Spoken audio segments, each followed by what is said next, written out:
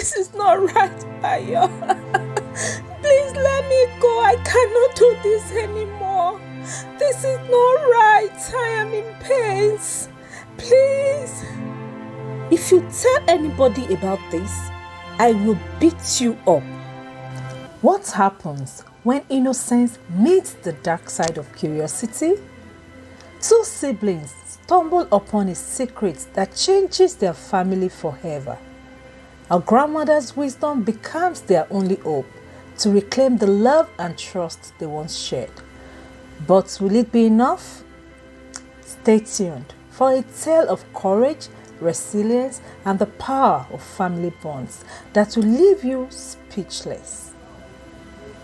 Two siblings, Bayo and Tola, lived with their parents in the heart of Lagos. Their father, Olufemi, worked as an architect, designing buildings for the city's growing skyline. Their mother, Adunni, was a nurse who worked long shifts at the hospital. Both parents worked tirelessly to provide for their family, but their demanding schedules often left Bayo, aged 11, and Tola, aged 8, alone at home. Bayo and Tola were close, their bond strengthened by their shared adventures and curiosity about the world. They spent their afternoons after school playing games, watching cartoons, and inventing stories. But as their parents became busier, the siblings often had to entertain themselves. One evening, a traveling tech vendor arrived at their neighborhood, selling tablets and other gadgets. A small crowd gathered to see his display. The vendor showcased the latest tablets with high-definition screens and endless streaming options. Bayo and Tola, intrigued, managed to get close enough to watch. The vendor played videos that showed people laughing, dancing, and doing activities that seemed fascinating to the children. Bayo and Tola were captivated. "We need one of these," Bayo whispered to Tola.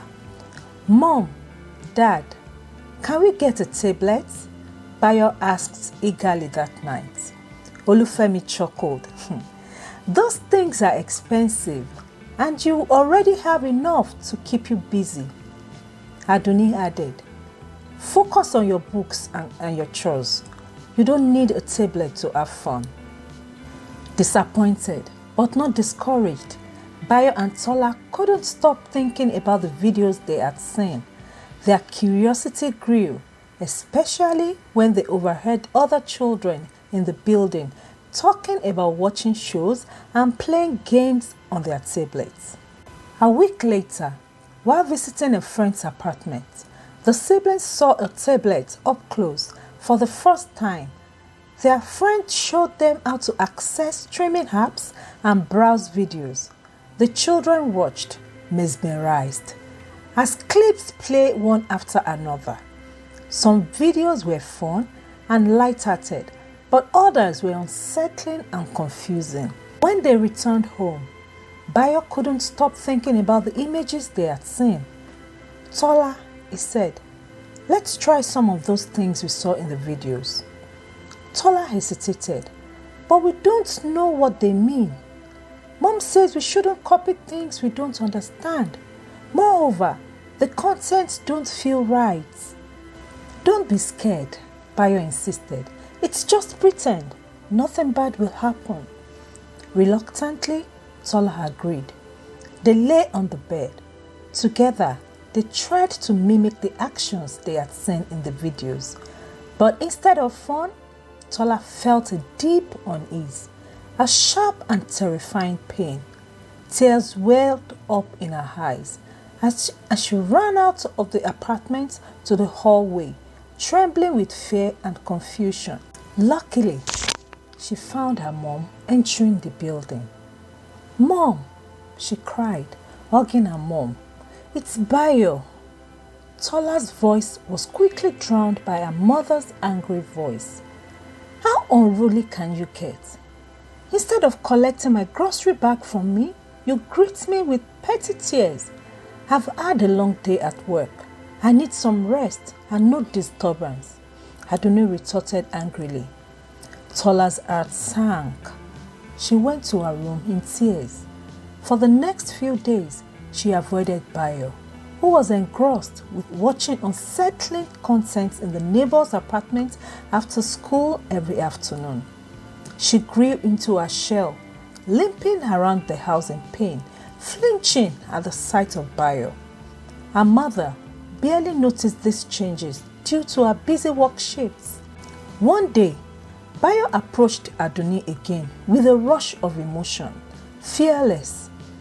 She tried to fight him off with her teddy bear, but he got hold of her, having perfected his skills from the videos he watched at the neighbor's house. Bayo said, "You must never tell anyone about this, or I will beat you." Soon after, their grandmother, Mama Adunni, came on a visit. She was a retired guidance and counseling teacher. Mama Adunni noticed Tola was unusually quiet and sad, flinching and jumpy at every touch. She called Tola aside, asking what the issue was. Tears streamed down Tola's face in fear, agony written on her face. Her grandmother was a woman of wisdom who would squeeze water out of a rock with a gentle smile. "What's wrong, my dear?" Mama Adunni asked, her voice filled with concern. Through sobs, Tola recounted what had happened.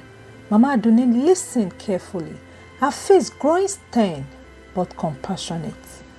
"My child," she said softly, "there are things in this world that seem exciting but are not meant for young minds. You did the right thing by talking to me. Don't worry, Bayo will not beat you," she said reassuringly, and pulled her close and hugged her granddaughter. That evening, Mama Adunni confided in Olufemi and Adunni. She explained what Tola has shared. "Children are like clay," Mama Adunni began. "They take the shape of what surrounds them. If we, as parents and elders, are absent, they may be shaped by the things we do not understand.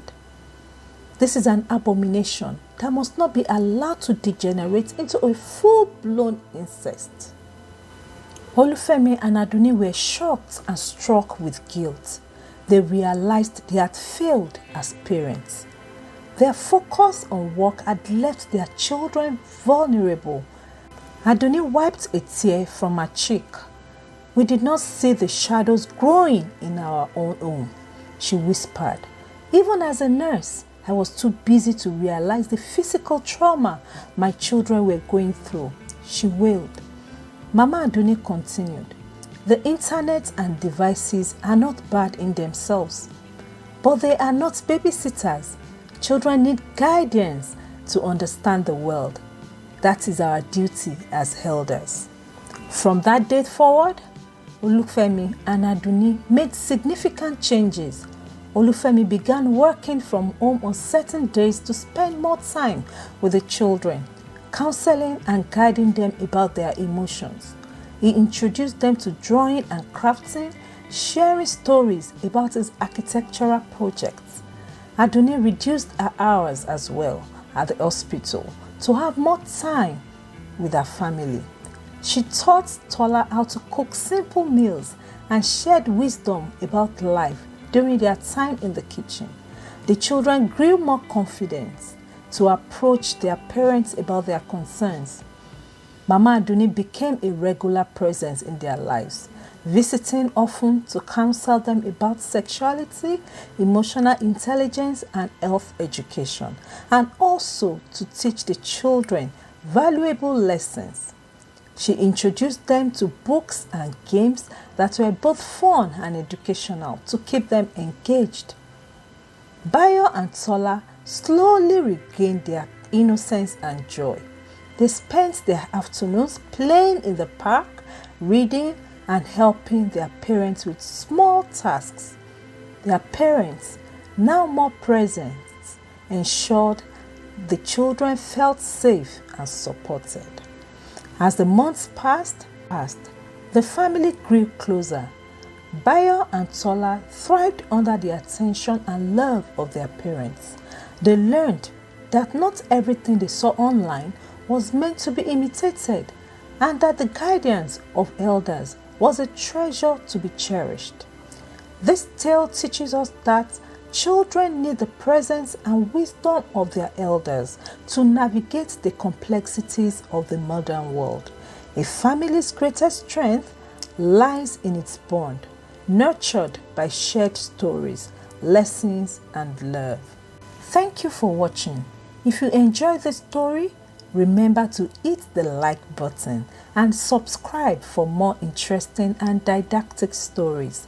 Also, share your thoughts in the comments below. See you next time. Bye.